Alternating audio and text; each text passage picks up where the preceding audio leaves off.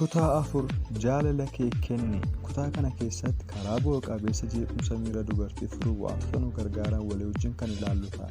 Itti dabalees yaadni miirri dubartii maaliif amma akka jijjiiramu, rakkoon xiinsammuu dubartii furuuf maal gochuu akka qabnu, rakkoo hariiroo keessaa akkamitti karaa filatamaa ta'een furuu akka dandeenyu ilaallu ta'a.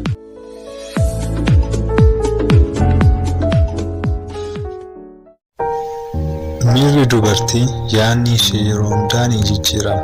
Akka haala qilleensaa jechuudha. Miirri dubartii ciccimoo fi lallaafoodha. Madda tokko waan hin qabneef xiinxaluun hin danda'amu. Walitti hidhatiinsi sababaa fi bu'aa hin qaban. Sababa akkas ta'eef bu'aa kanatti argame wanti jedhamu hin jiru jechuudha. Maddi rakkoo kanaadhaa wanti jedhamu hin jiru jechuudha. Qilleensa bubbisuu fi qilleensa tasaa bubbeetu jira. Hundeen bubbee kanaas ol ka'uu fi gadi bu'uu jaalalaati. Yeroo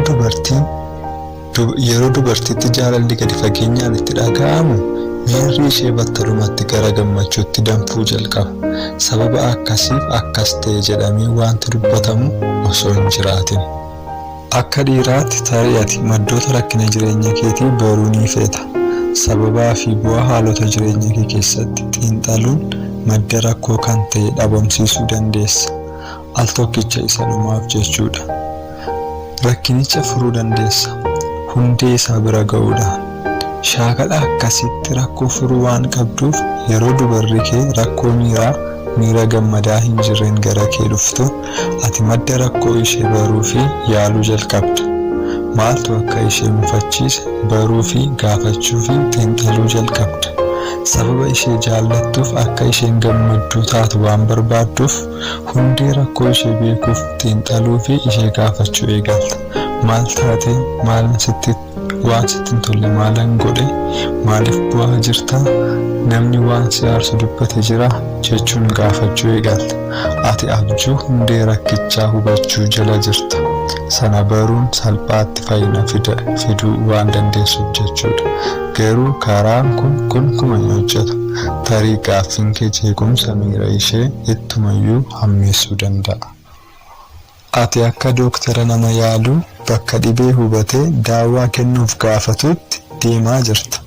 Wanti ajaa'ibaan rakkoon xiinsammuu dubartii harki 90 jaalala gahaa ta'e argachuu dhabuudha. Kanaaf booda dhaabbattee ishee hin hordofin, hin xiinxalin, jaalala kee kenniif. Gara ishee deemi, ija ishee keessa ilaali, hammam akka jaallattu itti agarsiisi, sasseeqi, faaruu jaallatamaa yeedaleessiif. Yoo wajjin shubbisuu dandeesse wajjin shubbisi. Yeroo kana rakkoon miiraa ishee ni hurka. Ergasii haalli biraa yoo jiraate ishee gargaaruu dandeessa jechuudha.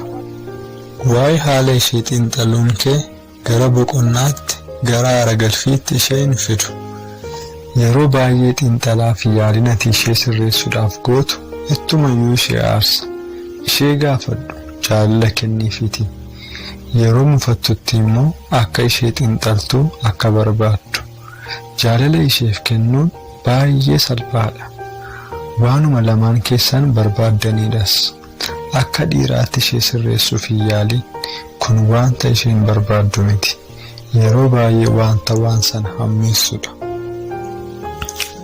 Jaallatamuun ishee itti dhaga'amaa hin jiru taanaan yeroo itti aanu, yeroo miira jeeqamaa keessatti ishee argitu kana yaali. Kun waan baay'ee salphaa yoo fakkaate illee salphaa miti. Sababa bu'uuraa ishee mufachiise ati sirreessituudha. Ishee akka daraaraa bishaan baay'ee barbaaddutti fudhadhu. Kanaaf akkas jedhii ishee fudhadhu. Karaa gad fagoo fi cimaa ta'een jaalala sirraa barbaaddi. Karaa tasgabbaa ta'ee fi miira namaa kakaasuun jechuudha. Jaalalaan ija ishee keessa ilaali. Tuttuquun hagam jaalalaan tuqamoo akka isheen jaallattu ilaali. Jaalalaan itti dubbadhu, weedduu weeddisiif. Haala ishee, miira ishee irratti argannoo haaraa burqisiisi. Erga jaalala keetiin miirri ishee furmaata argate, isheen bilisa taati, ni boqotti jechuudha. Ammaan booda wanta dubbachuu barbaade dubbachuun bu'a qabeessa kan ta'u. Yoo ati dubara kee waa'ee miira isheetii gaafatte, osooma isheen mufannaa keessa jirtu karaa dogoggoraa irra jirta jechuudha.